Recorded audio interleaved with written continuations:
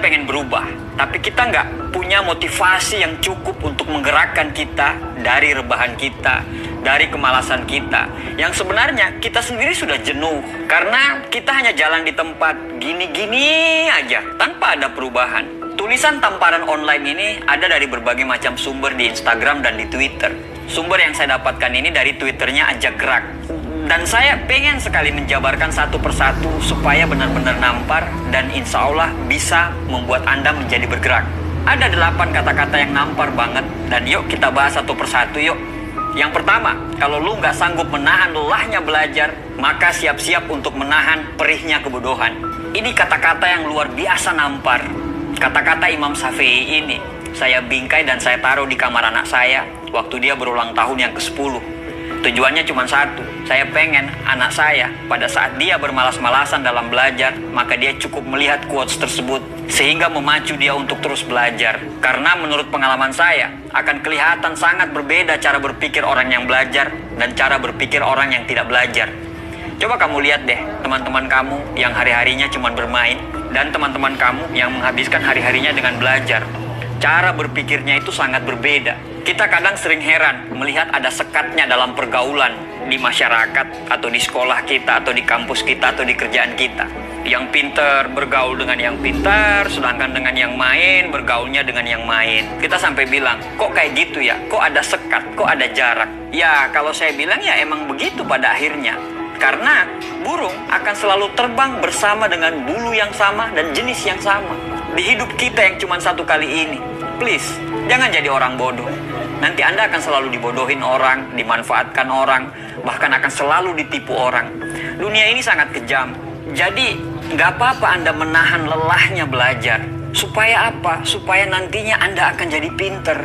Daripada Anda harus merasakan selalu menangis karena menanggung sebuah kebodohan. Tamparan yang kedua, kalau lu nggak jalan sekarang, lu harus berlari besok. Tamparan ini lebih ke menunda-nunda pekerjaan sebenarnya. Hati-hati dengan kata-kata, entar deh, masih banyak waktu, santai dulu. Apalagi untuk hal-hal yang urgent. Misalnya, tugas yang dikasih dari kantor dengan deadline waktunya. Atau tugas-tugas dari sekolah atau dari kampus. Ya, udah paling bener emang kalau langsung dikerjakan. Kita memiliki jadwal terukur di atas kertas. Dan dikerjakan sesuai dengan time schedule yang sudah kita tetapkan di atas kertas tersebut. Karena kalau kita nggak kerjakan sekarang, maka siap-siap besok kamu akan kerepotan sendiri. Karena harus dikejar-kejar dengan deadline waktu. Atau repot karena belum selesai pekerjaan yang ini, sudah akan ada lagi pekerjaan berikutnya. Ya, jadi double ngerjainnya. Dan apa yang terjadi kalau kita mengerjakan secara buru-buru? Ya tidak maksimal dan asal jadi saja. Kalau asal jadi, akibatnya apa? Dosennya nggak puas, gurunya nggak puas, atau mungkin bosmu yang nggak puas. Akhirnya apa? Harus revisi lagi dan mengulang lagi dari awal. Akhirnya menambah pekerjaan baru. Yusuf Kala mengatakan, masalah besar lahir karena masalah kecil yang tidak terselesaikan. Tamparan yang ketiga, kalau lu nggak melakukan yang terbaik, jangan harap mendapatkan yang terbaik. Untuk mendapatkan hasil yang luar biasa, dibutuhkan kerja yang luar biasa. Untuk mendapatkan hasil yang maksimal, dibutuhkan kerja yang maksimal. Anda tidak akan mendapatkan hasil yang luar biasa dengan kerja yang biasa-biasa saja. Kerja yang terbaik, doa yang terbaik, insya Allah hasilnya pun akan terbaik juga. Kerja yang asal-asalan ya hasilnya akan asal juga. Belajar seadanya ya akhirnya hasilnya pun akan seadanya. Tamparan yang keempat, di saat lo males-malesan, banyak orang di luar sana mati-matian untuk belajar. Di saat kamu sibuk stalking Instagram berjam-jam tanpa juntrungan, di sisi lain banyak orang yang mati-matian belajar. Di saat kamu sibuk dengan gamemu, orang lain mati-matian belajar.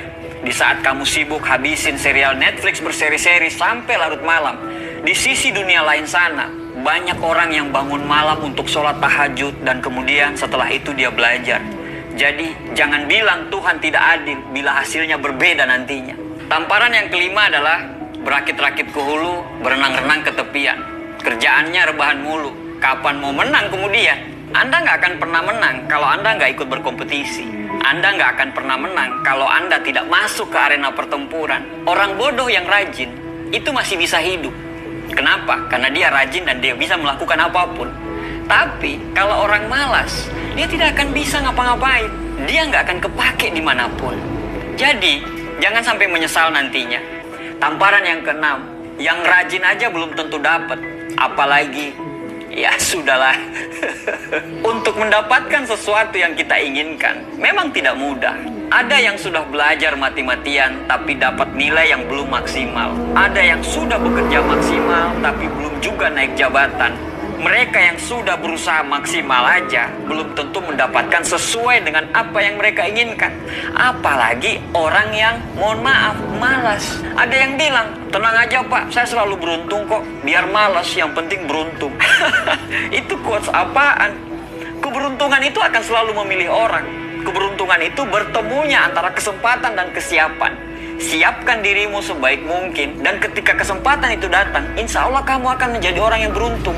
Setidaknya kita sudah siap dulu sebelum kesempatan itu datang. Tamparan yang ketujuh, gak usah keseringan mikirin saingan lo. Lawan lo sebenarnya adalah diri lo sendiri. Ini mengingatkan dengan saya dulu.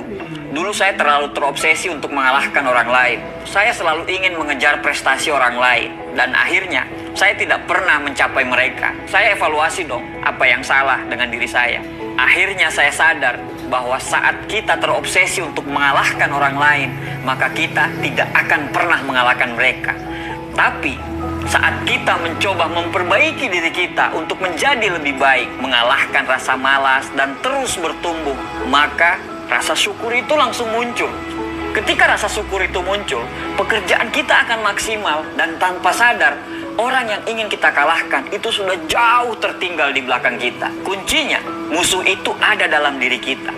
Fokus memperbaiki diri sendiri, jangan fokus kepada saingan kita. Yang kedelapan, kerjain aja, gak usah dipikirin, nanti juga selesai. Kita ini lucu, belum dikerjain sudah mikir, bagaimana nanti kalau gagal? Belum apa-apa kita udah mikir, bagaimana nanti kalau tidak berhasil? Belum ngerjain apa-apa kita udah sibuk jadi peramal yang bisa meramalkan masa depan. Kerjain aja dulu, selalu ada risiko kegagalan kok bila kita mengerjakan sesuatu. Tapi kalau kita nggak kerjakan, 100% kegagalan akan datang. Kerjain aja dulu. Hindari semua godaan-godaan yang menghilangkan kefokusan kita. Jangan terlalu berpikir, karena kalau kamu terus berpikir, maka pekerjaanmu tidak akan pernah selesai. Dan saat kamu bergerak untuk mengerjakan pekerjaan kamu, maka lama-lama fokus akan mulai terbangun. Inspirasi-inspirasi akan mulai datang. Dan tanpa sadar, kamu sudah menyelesaikan pekerjaanmu. Ketakutan itu hanya ilusi. Bila kita bergerak mengerjakannya, maka pada saat kamu selesai mengerjakannya, kamu akan berkata, ternyata tidak semenakutkan apa yang saya bayangkan.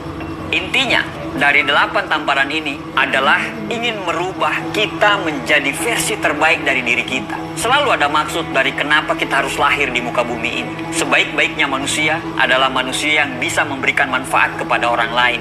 Dan untuk bisa memberikan manfaat kepada orang lain, kita dulu yang harus berubah. Mudah-mudahan 8 tamparan online ini bisa menampar kita untuk menjadi lebih baik daripada sebelumnya. Penyesalan selalu ada di belakang. Kalau ada di depan, itu namanya pendaftaran. Terima kasih, sukses buat kita semuanya.